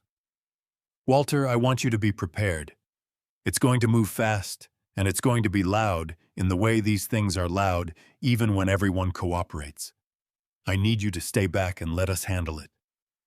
"All right," I said. "How are you holding up?" I looked around my bedroom, the empty shelf where Margaret's watch had been the dresser, with the drawers that had been opened and closed by hands that were not mine, the clock on the wall, whose tick I had listened to through the worst nights of my life. "I'll manage," I said. I did not sleep. I lay in the dark and watched the numbers on the clock change, and sometime around 3 in the morning, I got up and made a pot of coffee and sat at the kitchen table with my hands wrapped around the mug until the sky outside the window began to lighten from black to the particular pale gray of a November dawn. At 7 o'clock, I heard Jason's alarm go off down the hall. The sound of movement, water running in the bathroom, the ordinary sounds of a morning in a house where people believed they were safe. At 7:14, I stood up from the kitchen table and carried my mug to the sink. I rinsed it. I dried it. I put it in the cabinet. The doorbell rang at 7:15 exactly. I heard Emily's footsteps in the hallway, quick and slightly irritated the way she always moved when something interrupted her morning routine. She pulled open the front door, and I heard her breath catch in a way that carried all the way to the kitchen. I walked to the hallway and stood at the far end of it. Briggs was at the door in his brown corduroy jacket, and beside him were two uniformed officers from Millbrook PD, a man and a woman, both of them standing with the particular stillness of people who have done this many times and know that stillness is a form of control. Behind them at the end of the driveway, two marked patrol cars sat with their lights off. Emily was gripping the edge of the door with both hands. Her face had gone the color of old paper. Emily Christine Hayes Croft. Briggs said, his voice carrying the flat, careful cadence of someone reading from something internal. I have a warrant for your arrest on charges including conspiracy to commit financial fraud, identity theft, forgery of financial instruments, and elder financial exploitation. You have the right to remain silent. Anything you say can and will be used against you in a court of law. You have the right to an attorney. Wait! Emily's voice came out high and cracked, nothing like her usual register. Wait, just wait. What is happening? I don't understand what is... Emily. Briggs's voice was not unkind, but it was unmovable. I need you to step outside. Jason appeared from the hallway behind her, still buttoning his shirt, and the moment he saw the officers, his face went through 4 or 5 different expressions so quickly that none of them had time to fully form. Then it settled into something careful and contained which told me more about Jason Croft than anything he had ever said to me over 8 months of shared evenings. I want my attorney, he said. That's your right, Briggs said. You can make that call from the station. The female officer stepped inside and guided Emily gently but firmly toward the door. Emily grabbed the door frame with both hands, and her whole body went rigid, and she turned and looked down the hallway at me with an expression I had not seen on her face since she was 7 years old and had broken a window with a baseball and known in the moment of hearing the glass shatter that everything was about to change. Dad. Her voice broke completely on the single syllable. Tears spilled down her face in fast, uncontrolled lines. Dad, please, please just tell them we can work this out. We can talk about this. Please don't let them... My chest hurt in a way that had nothing to do with the surgical incision. I walked down the hallway toward her slowly, and I stopped 2 feet away.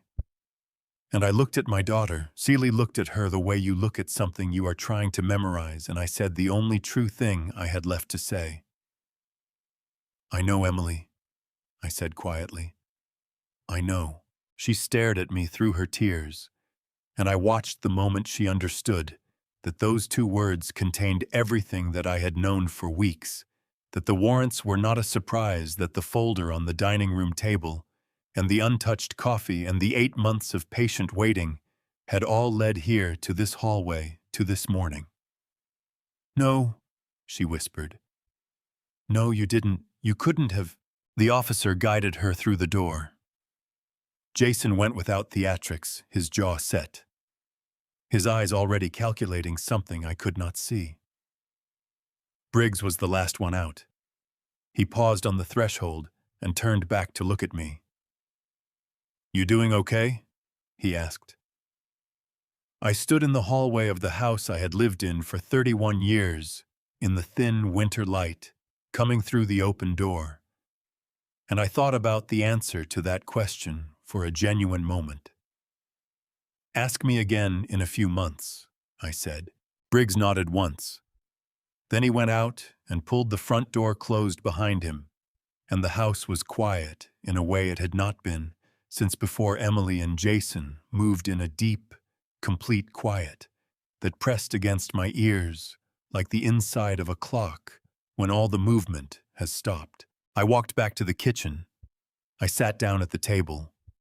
Outside the window, the two patrol cars pulled slowly out of the driveway and turned onto Birchwood Lane and disappeared around the corner, and the street was empty again, and the November morning went on the way mornings do, indifferent and unhurried, and entirely unaware that anything of consequence had just occurred. I reached for my phone and called Rosa. She picked up on the second ring. "It's done," I said. My voice cracked on the last word, and I pressed my fist against my mouth and breathed through my nose until the feeling passed. "It's done, Rosa."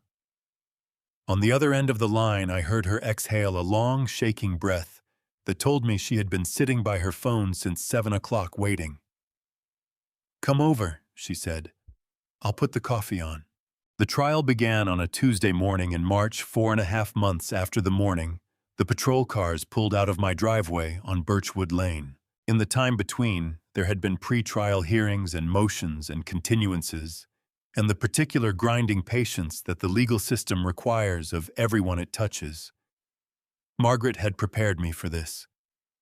She had told me the week after the arrests that the period of waiting would be harder than I expected, that the adrenaline of action would fade, and I would be left with the ordinary days, which would feel emptier than they should, because the thing I had been bracing against was no longer in my house but was not yet resolved either. She was right.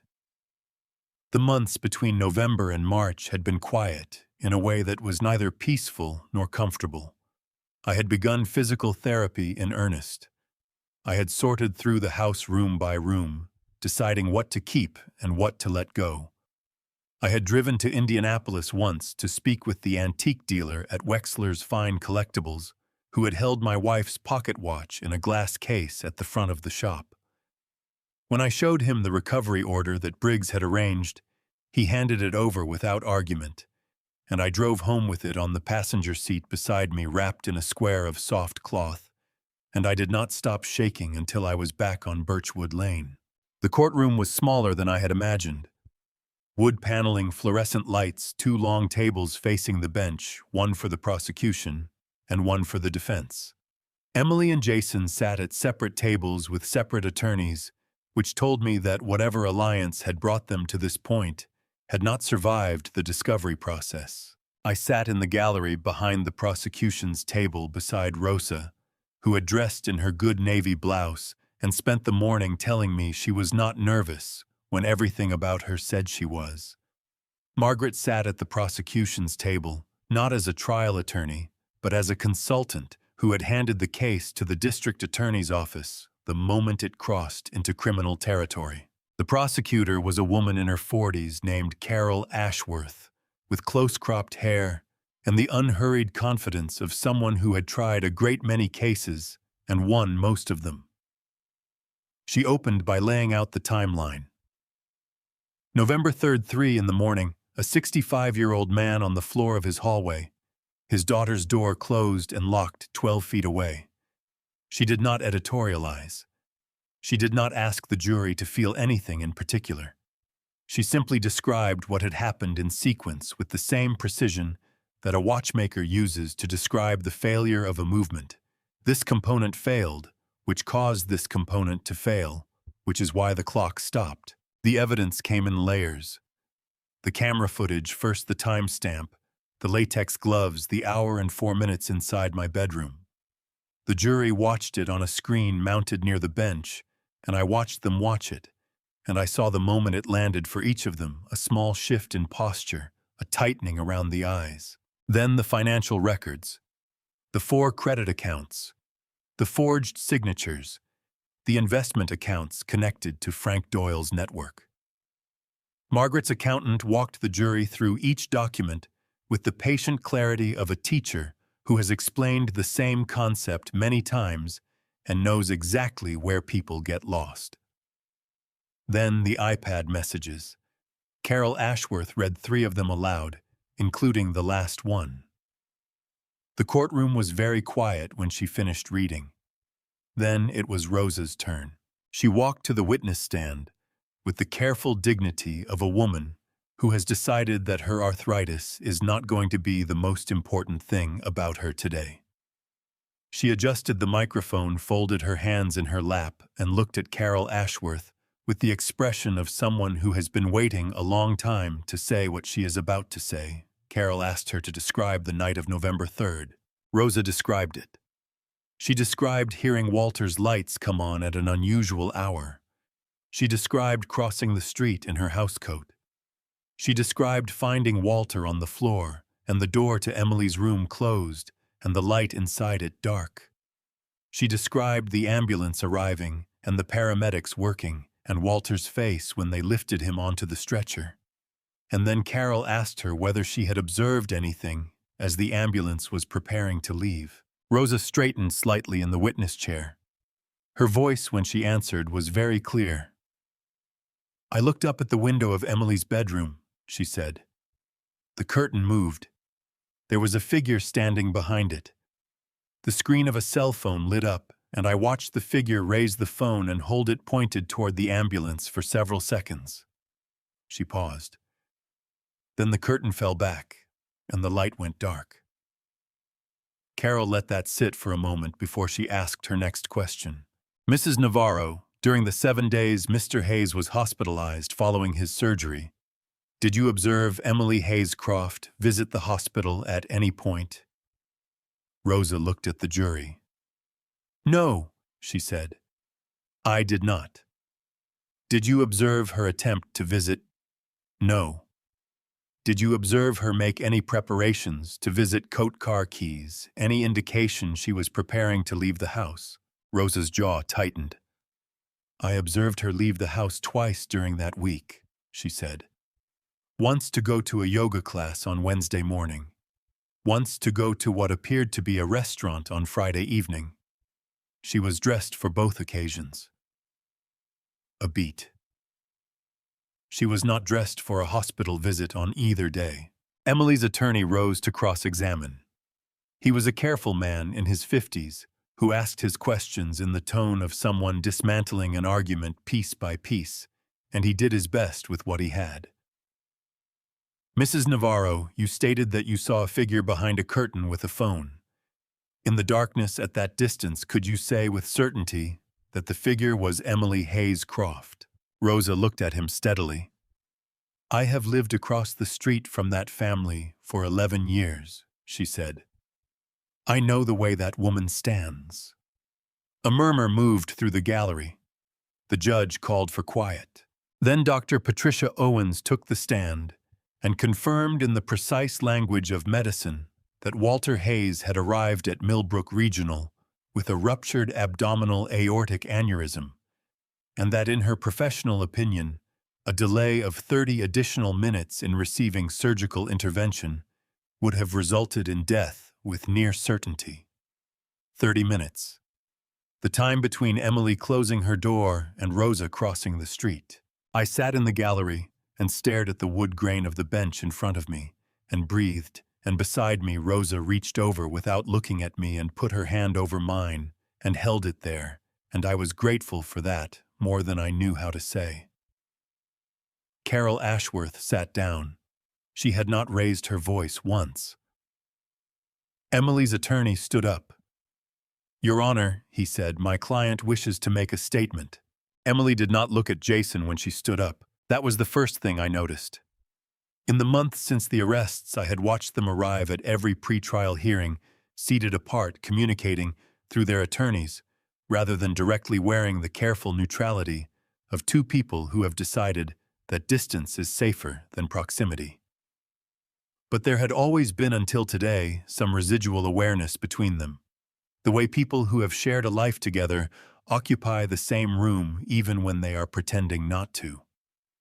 Today, there was nothing. Emily rose from her chair, adjusted the collar of her gray blazer, and walked to the witness stand, as though Jason Croft did not exist and had never existed. She settled into the chair, folded her hands on the railing in front of her, and looked at the jury with red-rimmed eyes that she had not bothered to conceal with makeup, which I suspected was a choice rather than an oversight. Her attorney, a careful man named Douglas Mercer, began gently. "Emily, can you tell the court in your own words what your relationship was like with your father before these events?" Emily's chin trembled.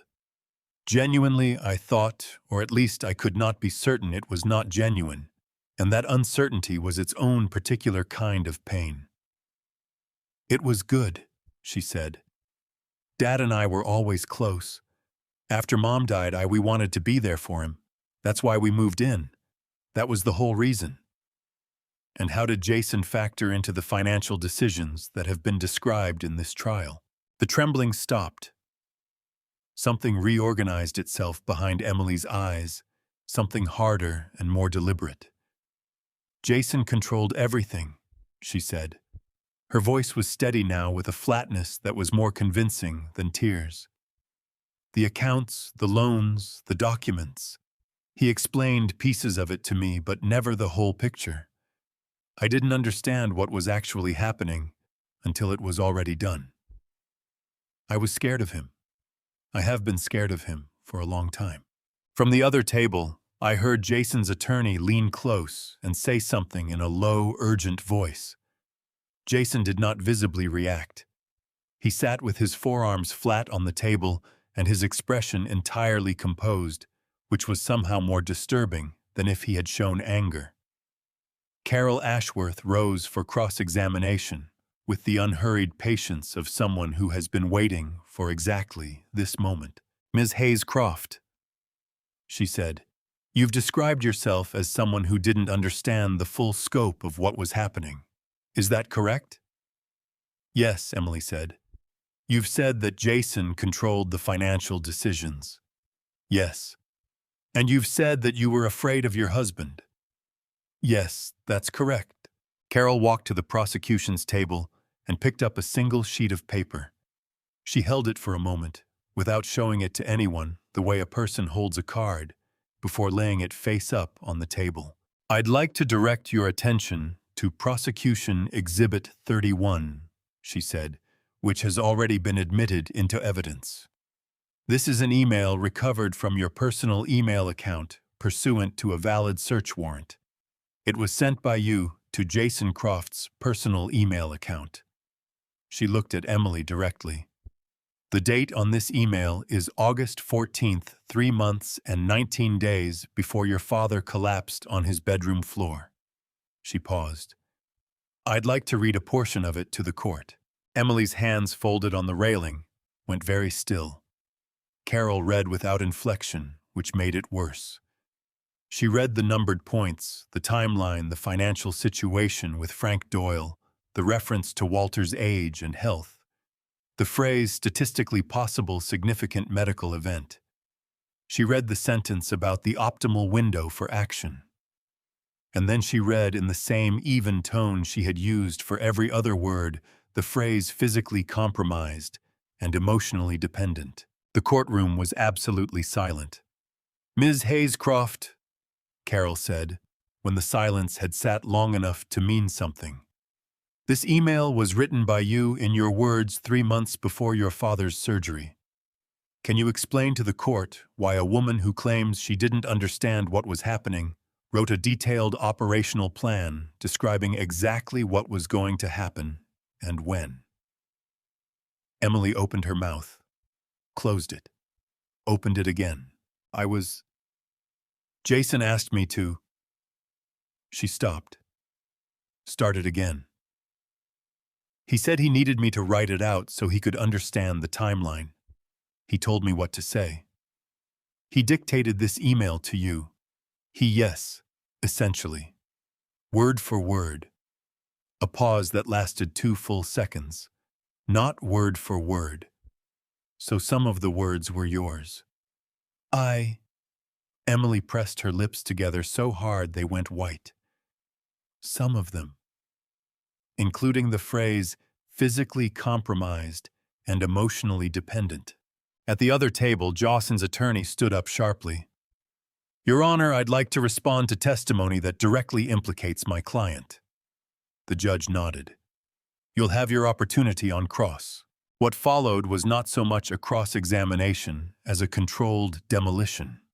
Jason's attorney called Jason to the stand and walked him through a version of events in which every decision, every document, every plan had originated with Emily, in which Jason had been a man in financial difficulty who had made poor choices under the influence of a wife who understood exactly what she was doing and had brought him along as an instrument. Jason was a better witness than Emily. He was calm. He was specific. He cried once briefly at a moment that seemed almost too well-timed, and the tear was real enough that I could not dismiss it. But then Carol Ashworth stood up again. She asked Jason 3 questions. The first, had he purchased the latex gloves found in the camera footage himself, or had Emily purchased them? Jason hesitated. I'm not certain who purchased them.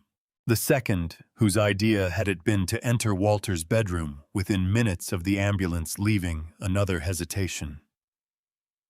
We discussed it together. The third, had he, or had he not, in a text message dated October 22nd, used the phrase "the old man" when referring to Walter Hayes. Jason looked at his attorney. His attorney gave him nothing. Yes, Jason said finally. I used that phrase. And in that same message did you describe a plan to, and I'm quoting directly, restructure the liability onto the old man if the arrangement comes to light. The silence that followed was the loudest thing I had ever heard in a room full of people. Yes, Jason said. His voice had lost its shape. I wrote that. Carol Ashworth sat down. I looked at my hands in my lap. The clock on the courtroom wall said 2:47 in the afternoon. 40 years of watchmaking had given me a relationship with time that most people didn't have. I knew exactly how long a minute lasted, how much could happen in 30 seconds, how quickly an hour could empty itself of everything you thought it contained. 2:47 in the afternoon on a Tuesday in March. I thought about 3:07 in the morning on a Tuesday in November. Beside me, Rosa put her hand over mine and squeezed hard enough that I felt it in my knuckles, and I was glad of the pain because it meant I was still here, still present, still the person sitting in this room, rather than the person who had been lying on that floor. The judge looked out over the courtroom. We'll recess until tomorrow morning for closing arguments and sentencing recommendations, she said. Court is adjourned. Margaret appeared at my side as I stood. She touched my arm lightly. Walter, she said quietly, how are you holding up? I thought about every version of that question I had been asked over the past 4.5 months, and all the different true answers I had given. I looked across the courtroom to where Emily was being led back toward the holding area, her gray blazer and her red-rimmed eyes, and the careful set of her shoulders that I recognized from 38 years of watching her move through the world. I keep thinking about who she used to be, I said, before all of this. Margaret did not tell me that was understandable or that I should try not to think about it. She just nodded, which was the right response. We walked out together into the pale March afternoon. The verdict came back on a Wednesday afternoon. Rosa and I were on a wooden bench in the hallway when the bailiff opened the door. Rosa folded her crossword, capped her pen, and looked at me. Ready? She asked. No, I said. Let's go. Guilty on all counts for Jason Croft. Guilty on all counts for Emily Hayes Croft. The words landed with weight, not drama. I sat in the gallery, with my hands flat against my knees, breathing slowly, Rosa's shoulder warm and steady against mine. At the defense table, Emily stared at the wood in front of her. Jason closed his eyes for 3 seconds, then opened them and looked at his attorney. That was the last time I looked at either of them. Sentencing came the following week. Jason received 8 years federal time to be served at a Bureau of Prisons facility with parole review after 5. The judge cited the premeditated scheme, the use of technology to impersonate a victim, the exploitation of an elderly person, and the deliberate attempt to redirect criminal liability onto that same person. Emily received 4 years, 2 suspended, plus 5 years of supervised probation. The judge noted the email evidence established her participation as voluntary from the beginning. I sat through both sentencings without looking away. I owed them that to be present for the consequence rather than turning away the way a door had once been turned away from me. Before the sentencing, Margaret addressed the court. She stood and said, "Your Honor, I would like to submit Mr. Hayes's updated will, along with a supplementary disclosure directly relevant to the court's understanding of the evidence in this trial." The room leaned forward. Margaret handed 2 documents to the clerk, then turned to face the courtroom with the expression of someone who has been patient for a very long time and is no longer required to be. 8 months before November 3rd, she said, Mr. Hayes noticed items in his home had been disturbed. His watch collection moved. Drawers replaced in slightly wrong positions. He had no proof, only the instinct of a man who spent 40 years working with mechanisms so precise that a deviation of a fraction of a millimeter is detectable by touch. She paused. Mr. Hayes made 2 decisions. He scanned every important document and stored copies in a secure account, accessible only to this office. And he installed a small camera built by his own hands fitted inside the antique wall clock in his bedroom, a clock he had restored himself, and set the footage to upload automatically every night. I heard Emily make a sound. Not a word. Something from below language. The footage submitted as Prosecution Exhibit 7, Margaret continued, did not come from a doorbell camera. It came from that clock. Walter Hayes documented his own home for 8 months in silence and waited. He was not a passive victim. He was a man who understood that patience applied with precision is its own form of justice. She sat down. After the courtroom cleared, a bailiff said Emily had asked to speak with me. I said yes. They brought her to where I stood with Rosa. Her wrists were cuffed. The gray blazer was creased, the collar slightly off, all the composure of the morning dissolved. She looked smaller.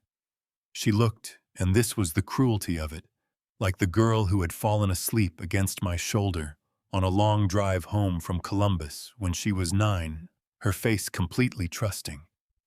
That did not change what she had done, but it made standing there harder than anything I had prepared for. "Dad." Her voice cracked on the single syllable. Tears ran down her face immediately, fast and uncontrolled. "I don't know what happened to me. I don't know when I stopped being—" She pressed her cuffed hands against her mouth, and her whole body shook. She cried the way people cry when there is nothing left to manage, raw, ugly, completely honest. "I am so sorry. I know it isn't enough, but I need you to know I mean it." I had rehearsed this moment for 4 months. I had imagined colder versions, angrier ones. What came out was quieter than any of them, and it was true. "I didn't decide to lose you today, Emily," I said. "You made that decision yourself at 3 o'clock in the morning when you closed that door." She nodded, shaking too hard to speak. "I hope," I said, and the hoping surprised me with how genuinely I felt it, "that you find your way back to who you were. I don't know if you can, but I hope you try." The bailiff stepped forward. Emily was guided away. I watched until the door closed behind her. Rosa slipped her hand through the crook of my arm and held on, and I was more grateful for that than I had words for. The house on Birchwood Lane sold in April to a young family with a minivan and 2 children under 5. They stood in the driveway on the day of the showing and looked at the back porch I had built the summer Emily turned 7, and one of them said quietly, "It was big enough for a swing set." I told the realtor I wanted them to have it. I moved to Cartersville, Tennessee in the first week of May. Quieter than Millbrook, smaller, the kind of town where people know your name before you have introduced yourself. I rented a storefront on the main street and put a sign in the window, "Hayes Watch Repair Established 2025. I opened on a Monday morning with a pot of coffee and my tools in their proper order and my wife's pocket watch in my chest pocket wound for the first time since the night everything began. Rosa called every Sunday. She had taken up Spanish from a library book and practiced phrases on me whether I encouraged her or not. I did not mind. In late June, a woman in her 70s came in with a paper bag. She removed from it carefully a small brass carriage clock from the 1920s beveled glass front, a movement that had not run in years. She set it on the counter and looked at me with the uncertain expression of someone who wants to believe a thing can be saved, but is not sure they have come to the right place. "It was my grandmother's," she said. "It stopped after she passed. I've had it in a box for 12 years. She shook her head. "I don't know if it's fixable." I picked it up. The case was tarnished but whole, the crystal intact. I opened the back panel dry, still the mainspring long relaxed. But every component was present. Everything exactly where it should be waiting. "It's fixable," I said. Something moved through her face, not just relief about the clock, but the release of someone who has carried something broken for a long time and has finally found somewhere safe to set it down. "How long will it take?" she asked.